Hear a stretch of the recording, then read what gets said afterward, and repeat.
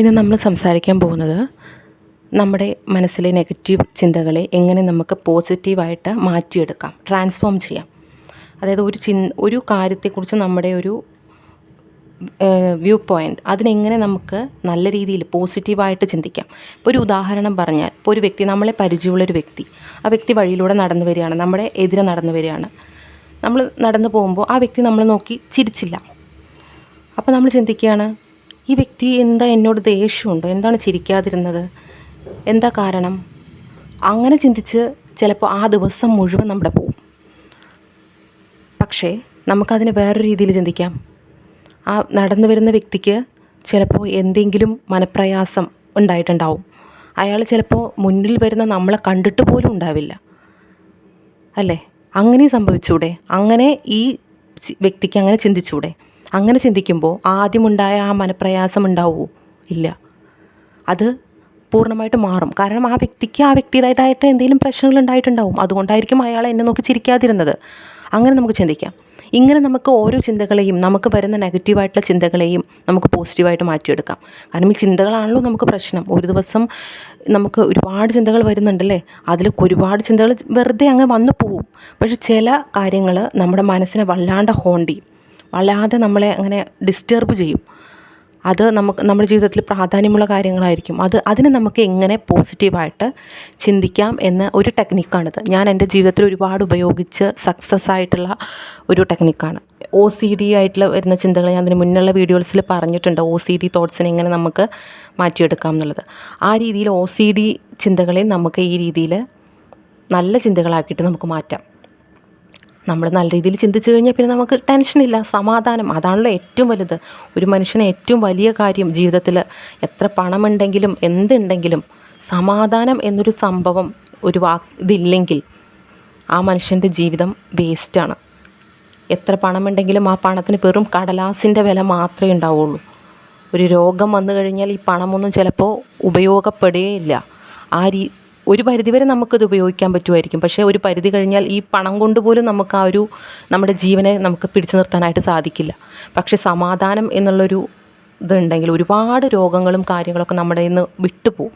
അതായത് നമ്മുടെ അടുത്തേക്ക് വരില്ല. സോ ഇതെങ്ങനെ നമ്മുടെ ഈ ചിന്തകളെ, നമുക്ക് നെഗറ്റീവ് ചിന്തകളെ പോസിറ്റീവാക്കി എടുക്കാമെന്ന് നമുക്ക് ടെക്നിക്ക് നോക്കാം. അതിന് നമ്മൾ ചെയ്യേണ്ടത്, ഒരു ബുക്ക് എടുക്കുക. അതിൽ നമ്മൾ ആദ്യം നമുക്ക് വരുന്ന ഒരു നെഗറ്റീവ് ചിന്തയെ എഴുതിയിട്ട്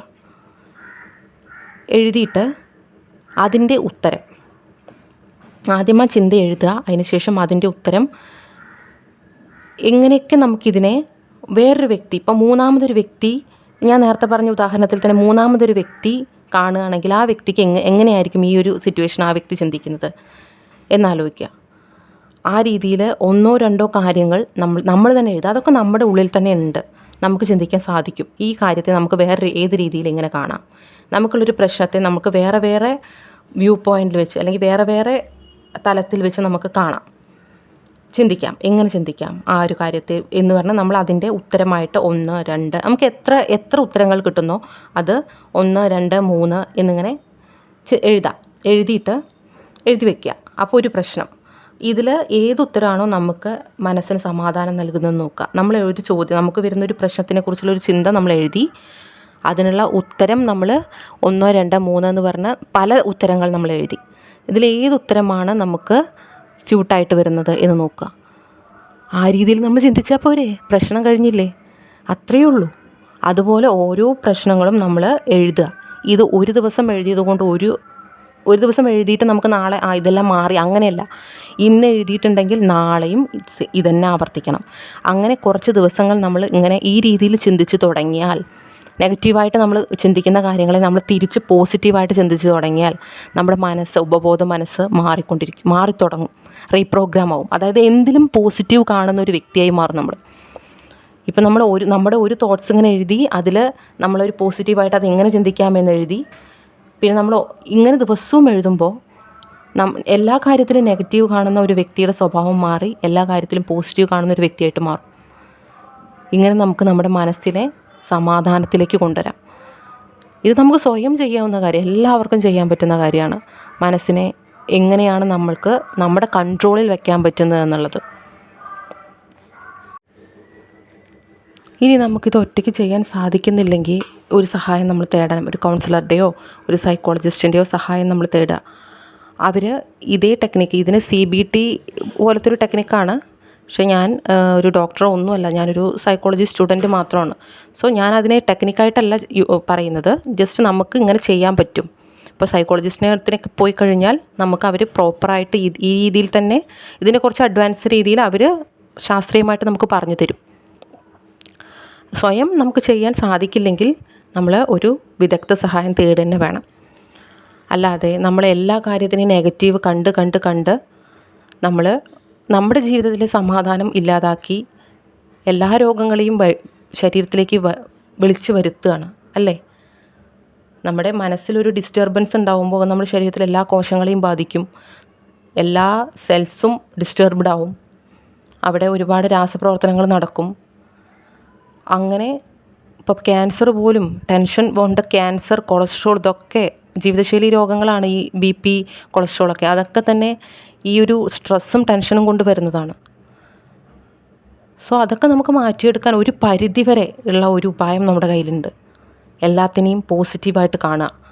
ഇത് നമുക്ക് വേണ്ടിയിട്ടാണ് അല്ലേ, മറ്റുള്ളവർക്ക് വേണ്ടിയിട്ട് എന്ന് ചിന്തിക്കേണ്ട. നമുക്ക് വേണ്ടി, നമ്മുടെ മനസ്സിൽ സമാധാനം ഉണ്ടാക്കാൻ വേണ്ടിയിട്ടാണ് നമ്മളിത് ചെയ്യുന്നത്.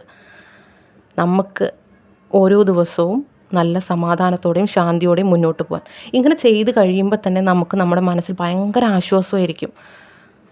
അതായത് നമ്മൾ ആ നെഗറ്റീവ് ഇങ്ങനെ ചിന്തിക്കുമ്പോൾ, ഒരു തവണ നമ്മൾ ചിന്തിക്കുന്നത് ആവർത്തിച്ച് ചിന്തിക്കുമ്പോൾ ഇത് ഉപബോധ മനസ്സിലേക്ക് കയറുകയാണ്. അപ്പോൾ ഉപബോധ മനസ്സിൻ്റെ ഒരു ശൈലി എന്ന് പറഞ്ഞു കഴിഞ്ഞാൽ അതിന് വിവേകമില്ല, ബുദ്ധിയില്ല. അതൊരു ചെറിയ കുഞ്ഞിനെ പോലെയാണ്. നമ്മൾ എന്ത് പറഞ്ഞു കൊടുക്കുന്നോ അത് തന്നെ അത് ആവർത്തിച്ചു കൊണ്ടിരിക്കും. നമ്മൾ ഈ നെഗറ്റീവാണ് ഉള്ളിലേക്ക് കൊടുക്കുന്നതെങ്കിൽ ആ ഉപബോധ മനസ്സ് മുഴുവൻ നെഗറ്റീവ് ആ ഒരു പാറ്റേൺ ആയിപ്പോവും. പിന്നെ എന്തിലും നെഗറ്റീവ് കാണാൻ. ഏതൊരു വ്യക്തിയിലും എത്രയും നല്ല ഗുണങ്ങളുള്ള ഒരു വ്യക്തിയെ മുന്നിൽ കണ്ടാൽ പോലും ആ വ്യക്തിയിലുള്ള നെഗറ്റീവ് എന്താ, അതായിരിക്കും നമ്മുടെ മനസ്സ് തിരയുന്നത്.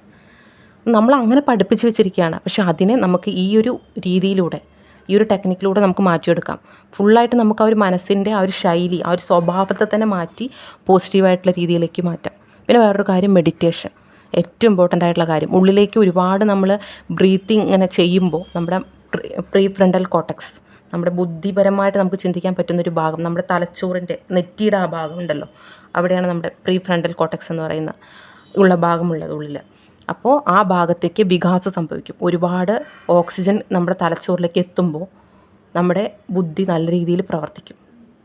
അപ്പോൾ നമുക്ക് നല്ല രീതിയിൽ ചിന്തിക്കാൻ, അതായത് ഒരു കാര്യത്തെ നെഗറ്റീവായിട്ട് ചിന്തിക്കേണ്ട ഒരു കാര്യമാണെങ്കിൽ അതിനെ നമുക്ക് പോസിറ്റീവായിട്ട് ചിന്തിക്കാനായിട്ട് സാധിക്കും. അതായത് ഒരു കാര്യത്തിൻ്റെ റൈറ്റ് ഓൺ റോങ്, ഇന്നതൊക്കെയാണ് ഇതിൻ്റെ സൈഡ് എഫക്ട്സ്. ഒരു കാര്യം എടുത്തു കഴിഞ്ഞാൽ അതിൻ്റെ ഇതൊക്കെ പാർശ്വഫലങ്ങളൊക്കെ വരാം. അങ്ങനെ നമുക്ക് ബുദ്ധിപരമായിട്ട് ചിന്തിച്ച് നമ്മുടെ ഓരോ പ്രശ്നത്തിന് പരിഹാരം കാണാൻ സാധിക്കും. ഇതല്ലേ വേണ്ടത്. ഒരു സമാധാനത്തോടുള്ള ഒരു ജീവിതം നമുക്ക് നയിക്കണമെങ്കിൽ ഇതല്ലേ വേണ്ടത്. ശാന്തി, മനസ്സിന് എപ്പോഴും ഒരു കാംനെസ്, അത് നമുക്ക് ഈ മെഡിറ്റേഷൻ തരും. നമ്മൾ ഒരു ദിവസമല്ല, 2 ദിവസമല്ല, 21 ദിവസം ചെയ്യുമ്പോഴാണ് ചെറിയൊരു മാറ്റം കാണുക. പക്ഷേ നിങ്ങൾ തുടർച്ചയായിട്ട് ചെയ്യണം. തുടർച്ചയായി നമ്മൾ ലൈഫ് ലോങ് നമ്മൾ പല്ല് തേക്കുന്നു, കുളിക്കുന്നു, ഇതുപോലെയുള്ള റുട്ടീൻ പോലെ ഈ മെഡിറ്റേഷൻ നമ്മൾ മുന്നോട്ട് കൊണ്ടുപോകണം. എന്നാൽ നമ്മുടെ ഓരോരുത്തരുടെയും ജീവിതം നല്ല ഹാപ്പി ആയിട്ട് മുന്നോട്ട് പോകും. നമ്മുടെ കാര്യങ്ങളിൽ നമുക്ക് കോൺസെൻട്രേറ്റ് ചെയ്യാൻ പറ്റും. കോൺസെൻട്രേഷൻ കൂടും. അങ്ങനെ ഒരുപാട് കാര്യങ്ങളുണ്ട്. മെഡിറ്റേഷൻ്റെ ഒന്നും ഗുണം എന്ന് പറഞ്ഞാൽ നമുക്ക് പറഞ്ഞറിയിക്കാൻ പറ്റില്ല. പല കാര്യങ്ങളും, നമ്മുടെ വയറ് സംബന്ധമായിട്ടുള്ള പ്രശ്നങ്ങളും എല്ലാം നമുക്ക് മാറിക്കിട്ടും. എൻ്റെ അനുഭവമാണ്. ഞാൻ മെഡിറ്റേഷൻ ചെയ്തിട്ടാണ് എൻ്റെ ഒരുപാട് പ്രോബ്ലംസ്, OCD ആണെങ്കിലും ആങ്സൈറ്റി ആണെങ്കിലും ഒക്കെ മാറിയത്. എപ്പോൾ ഞാൻ അതിൽ നിന്ന് കുറച്ച് ബാക്കിലേക്ക് പോയോ, അതായത് ഇതൊക്കെ മാറിയ ശേഷം ഞാൻ ഇതിൽ നിന്ന് കുറച്ച് പിന്നിലേക്ക് വന്നു. അതായത് ഇനി പ്രശ്നങ്ങളില്ലല്ലോ എന്ന് ചിന്തിച്ചപ്പോൾ വീണ്ടും ഈ പ്രശ്നങ്ങൾ പുറത്തേക്ക് വരാൻ തുടങ്ങി. അതായത് ഇത് എന്ന് പറഞ്ഞാൽ നമുക്ക് കുറച്ച് ദിവസം ചെയ്തിട്ട് നിർത്താനുള്ള ഒരു സംഭവമല്ല. ഇത് തുടർച്ചയായി നമ്മൾ ലൈഫ് ലോങ് നമ്മൾ കുളിക്കുന്നു, ഭക്ഷണം കഴിക്കുന്നു, അങ്ങനെ നമ്മൾ എന്തൊക്കെ നമ്മൾ റുട്ടീനായിട്ട് നമ്മൾ ചെയ്യുന്നു അതുപോലെ ഒരു റുട്ടീനാണ് ജീവിതത്തിൻ്റെ ഒരു ഭാഗമാക്കേണ്ട ഒരു കാര്യമാണ്. സോ ഈ വീഡിയോ എല്ലാവരിലേക്കും ഷെയർ ചെയ്യുക, സബ്സ്ക്രൈബ് ചെയ്യുക. നിങ്ങൾക്ക് പുതിയൊരു വീഡിയോയിലായിട്ട് വരുന്നവരെ നന്ദി.